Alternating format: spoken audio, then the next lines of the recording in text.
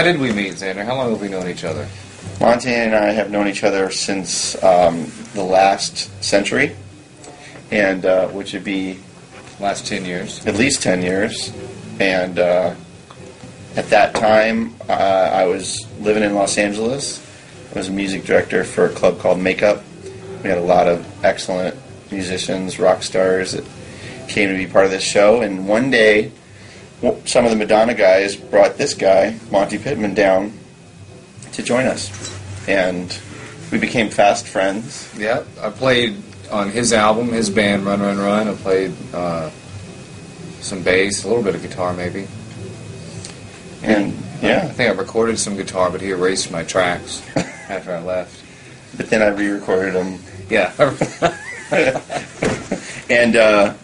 And I'm a big fan of Monty's, and Monty's an all-around great guy. Not only is he an amazing musician, I'm not just kissing his ass here, but he's also one of the most giving and nicest guys in the music scene. I got to say that. Thank you. And I've played with, as a music director, I played with a lot of people, and he always shows up. He's always really creative and enthused, and so when finally Monty got a chance to do his own music, I was honored to be asked to be.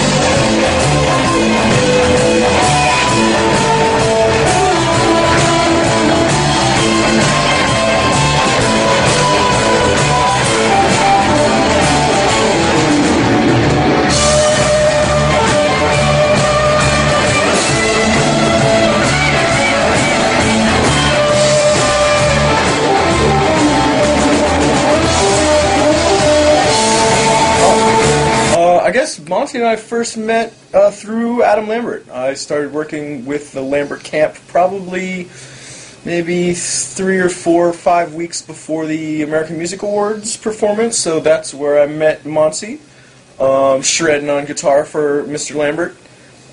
We've been all over the world since then, and then once the Lambert tour ended, I was graced with the honor of being able to join Monty's band and help not only promote these new songs that he's been hard at work producing and writing, but also we get to track one hell of a record coming up pretty soon, which we're all pretty stoked about. As far as playing with Monty, this is the first time that I've had fun playing music in a long time. I do a lot of work as a playback engineer, audio engineer. I've been playing drums my whole life, up until when I moved to California in about 2007. It's all about Monty. Float around doing my own thing for a while, but it just wasn't fun. This is the first time that I've actually had fun playing music in a long time, and it's all thanks to Monty.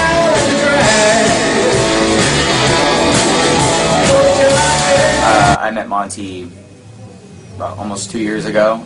We met at the Adam auditions, and first thing he said to me was my tattoos, the Jason Voorhees tattoo. We became friends after that, exchanged numbers, and then just became friends really quick, and we just loved playing with each other. We were all into the same music and everything, and then after that, the tour had ended. I didn't really want to play with anyone else because I have a lot of respect for him. He's a great guitar player, and I'm excited he's getting to make this album, and I just want to help him in any way I can to get it done. And, yeah, I don't have too much more.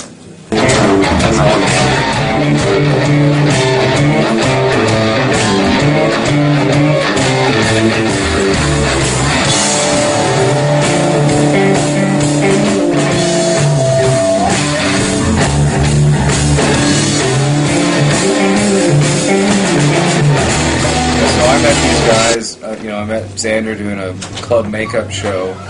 And Club Makeup, looking back now, that's one of the coolest things that kind of went on in L.A. in the last 10 years. They should have done like a documentary on it or something like that. It started out, it was Club Bang. And then Club Bang kind of turned into Club Makeup. See, I went to Club, I remember going to Club Bang. I think we may have actually met then. But it's kind of one of those things, if you remember it, you weren't there. Yeah. It was sort of honestly, it was sort of the Studio 54 of this decade. It was probably as close to that as you could get. We saw amazing things. I mean, Monty and I kind of were there to see Alice in Chains get back together again, weren't we? We got Jerry up on stage, and that's right. He borrowed my guitar. He borrowed my red Les Paul. Jerry Cantrell borrowed your guitar. Yeah. And I had the nerve to try and teach him how to play Highway to Hell, which is hilarious because he's just looking at me like, I'm like, no. He's like, I'm Jerry Cantrell. Like, yeah. Yeah. And then I can rewrite it. Even if I play it wrong, I'm playing it. We also got the Cult. Remember they showed up and they such played phenomenal singers. I mean, the best singers around were all doing this. There's a guy, Alan Lewis. He's on Broadway now. And Alan Lewis is who introduced me to Adam Lambert, because I said, "Who's the best singer that you know?" I said, I think all you guys are the best singers I've ever heard. And who's the best singer that you know to start a band with? And he was telling me about Adam. That's how me and Adam met. Scarlet Cherry was one of the singers. She's been... Her name wasn't Scarlet Cherry then, but just Scarlet. I don't even know what her last name was. Doesn't matter anymore. This guy, Jack Atlantis, he looks like John Taylor from Duran Duran and sings just like David Bowie. Don't forget Alexis Arquette. Alexis Arquette. All the Arquettes would show up on a regular basis. Who else was there? So many. I mean, it is kind of a haze, kind of a blur. Yeah. But and then from Club Makeup. Club Makeup happened every week, once first, like the first weekend once a month, and there'd be a different theme. And then and then from there, like a lot of people who did Club Makeup kind of started the Zodiac show. And then now there's another thing that's called Transcontinental that's happening now. And so, which is kind of more people from Club Makeup. The whole circle of people keeps... which is funny, you didn't know this, but Trans K is playing tomorrow night for the restart of Club Bang. That's what that is tomorrow night. Full circle. They're bringing Bang back. So that's how I met Xander, and then I play, for a while there, I was kind of like playing in his band, and then I was going on tour with Prong at the same time, so I've always got all these things going on, always juggling all these things, and played bass in Xander's band, and that was fun. So Warren and I became really good friends because we worked a lot on, while he was doing all the multi-tracks for Adam's show, we're like doing the playback, which runs the video, the lighting. This is like Oz behind the curtain running the whole show. He's saved our ass many times when, because, with it being a computer, sometimes the computer crashes. My computer crashes all the time, so, if you ever wanted to do something. And since Warren is musical, the computer would crash, everything would drop out, we'd keep playing, he would fix it and know and to start it again, and he'd come back in and the audience would never know that anything had gone wrong. And then, of course, me and Tommy started playing together when he joined Adam's band. I guess when it was just like the beginning of everything. We both joined Adam's band at the same time. And he and I are the only ones who are still there, that were there, from day one. And he came down to audition, and the chemistry with me, him, and Longinu was just something that doesn't, it doesn't happen every day. Something you don't see very often. And we started talking about, he's got all these cool tattoos, and that's how we started talking. We like a lot of the same music. Me, him, and Longinu would get together and just kind of jam just before we were going to kind of get together to start jamming with Adam and playing like Pantera songs and Metallica songs, just to kind of tighten up and kind of get used to playing with each other. So when it came time to play on my own and doing, I've always kind of wanted to do some sort of project on my own or start a band.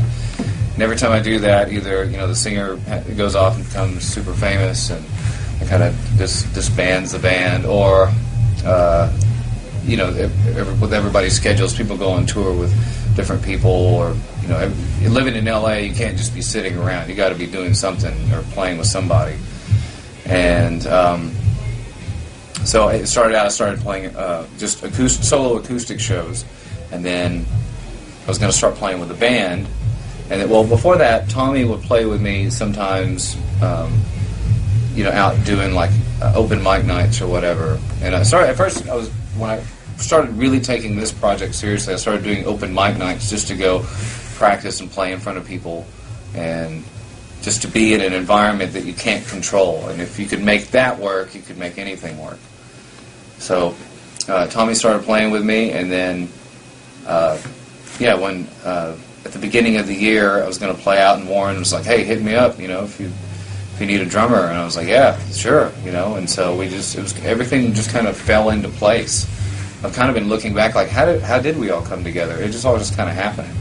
But everything's been going on in everybody's lives so fast. It's been such a whirlwind that we all like playing, and we all are really good friends, and we all play really well with each other, and there's no drama, and there's no I believe it's almost been 2 egos. Years.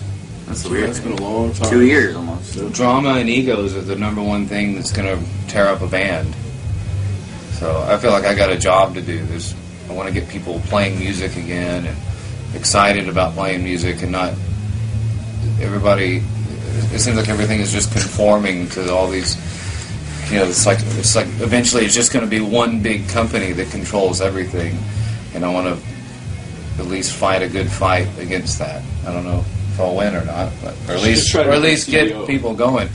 This I launched a Kickstarter campaign a couple of months ago, and it made what's going to be the next album is the number one album in their Hall of Fame, is receiving the most funds, and it hasn't even been made yet. And so that's there's a lot of people excited about this, which is exciting. It's a lot of work getting together and doing an album, and we were going to start next week, and now it's been pushed back 2 or 3 weeks. Hopefully it doesn't get pushed back anymore. That's just what it's like making an album. You never know. I mean, yeah, we're not. We'd like it to keep going as long as It would possible. be great. I mean, it would be wonderful if this became successful and people could keep doing this. But you never know who's going to have to go somewhere else. Eventually, me and Tommy will be playing with Adam. Eventually, I'll have Madonna work again. Warren, who knows he has people calling him all the time to go out. Xander tour manages also, and he plays with his band all over the place. So hopefully everybody's schedules will still let us play together. And if not, then when we're done with whatever we're doing, then we'll come back and play again. Actually, when we were in Dallas, when me and Tommy and Warren were in Dallas playing with Adam, Xander was in the same complex, the same venue, the club inside the venue, playing the show. It's weird how everybody's paths cross. What was amazing about that show in particular, something I've never seen before, was the fans. I wish I could say they were our fans, but the fans for the Russian band we were playing with are so enthusiastic about this band. This is probably the biggest rock band from Russia, and the fact that they were playing in America, Russian transplants couldn't believe it. And Dallas is a big city full of Russians, so if you were Russian or even knew about Russia, you were going to this show. And then, Adam Lambert fans, they're out there with the lawn chairs. They're ready to go, too. So the line started forming in 2 different directions. And our bus was here, and Adam Lambert's bus was here. And people were confused because you've got these Russian fans, you've got these Adam Lambert fans, sort of in the same line, staring at each other, and they're trying to talk to each other. It was pretty funny.